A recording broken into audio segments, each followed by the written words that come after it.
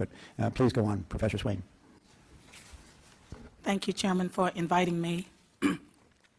I am a professor of political science and law at Vanderbilt University in Nashville, Tennessee, and as the Chairman stated, a member of the Tennessee Advisory Committee to the U.S. Civil Rights Commission, a member of the National Endowment for the Humanities Council, and also the editor of Debating Immigration, a book that was published by Cambridge University Press in 2007. Today, I focus on the unemployment situation of African Americans and native-born Hispanics, two groups particularly hard hit by the harsh economic times.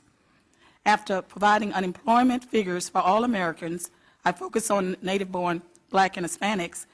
I conclude that there's a critical need for Democrats and Republicans to work together to address the needs of all native-born workers before pursuing amnesty for illegal immigrants and new guest worker programs that will increase the number of low-skilled, low-wage workers in the population.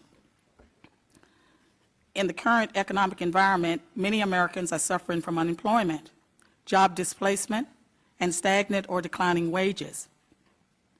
But no group suffers more than native-born Blacks and Hispanics who have a high school education or less. In April 2009, the Pew Hispanic Center estimated that there were 11.9 million illegal immigrants residing in the United States.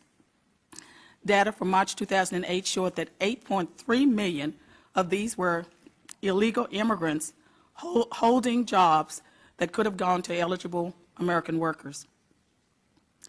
Consider our situation. In the third quarter of 2009, the overall unemployment rate for Americans was at 9.5%. But the Bureau of Labor Statistics brought a measure of employment, a measure that is called the U6, paints an even gloomier picture for all groups of Americans.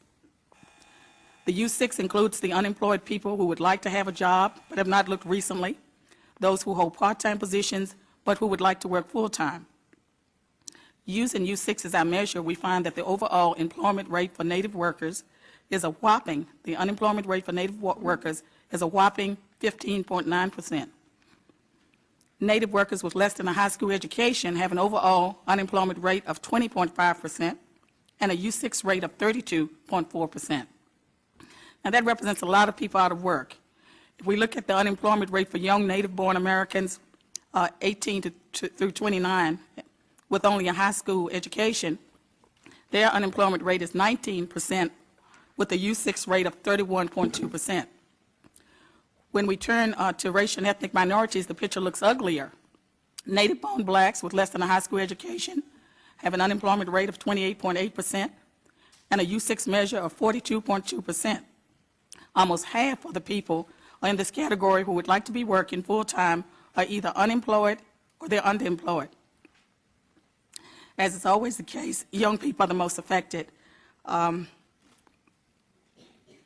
Young native Blacks with a high school education have an unemployment rate of 27.1% and the U6 rate of 39.8%. And it's this group of native-born workers, especially Black men, who are most adversely impacted by competition from unauthorized workers. And when we look at the rates for Hispanics, the picture only improves slightly. Both Blacks and Hispanics are suffering greatly, but Hispanics fare slightly better than Blacks. Native-born Hispanics with less than a high school education have an unemployment rate of 23.2% and a U6 rate of 35.6%. Young Hispanics with a high school degree do better than Blacks. Their overall employment rate is 20.9%. Their U6 rate is 33.9%. What do we make of these numbers? It should be clear that the unemployment levels for Blacks and native-born Hispanics are unacceptable for American society and are in immediate need of redress. Racial and ethnic minorities are overrepresented among Americans suffering from high levels of unemployment, foreclosures of homes, substandard education, housing, and health care. The National Association for the Advancement of Colored People and Hispanic advocacy groups have called on President Obama to pour more stimulus money into the creation of new jobs that might help to alleviate the situation. Many of these same minority advocacy groups have demanded amnesty for millions of undocumented immigrants and new guest worker programs that will surely increase the competition that native-born blacks and Hispanics already face. This approach to the problem is sheer madness. We need Democrats and Republicans, members of the Congressional Black and Congressional Hispanic caucuses, to join forces in pressing for the enforcement of existing immigration laws and regulations that are already on the books.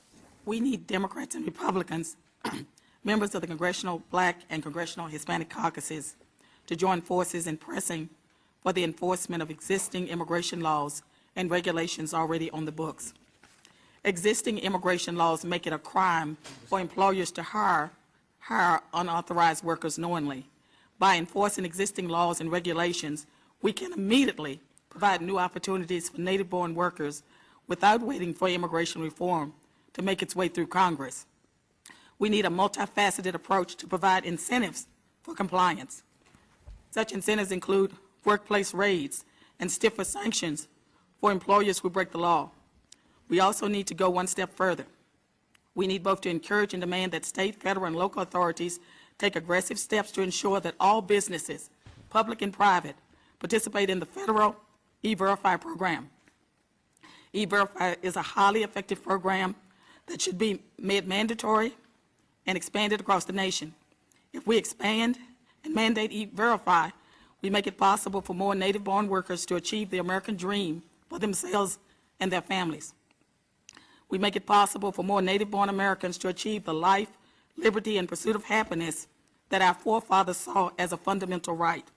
Ultimately, our success as a nation would depend on how much we value and fight to preserve the rule of law, the sovereignty of our nation, and the hope it offers our people as one nation under God. Thank you, Mr. Chairman.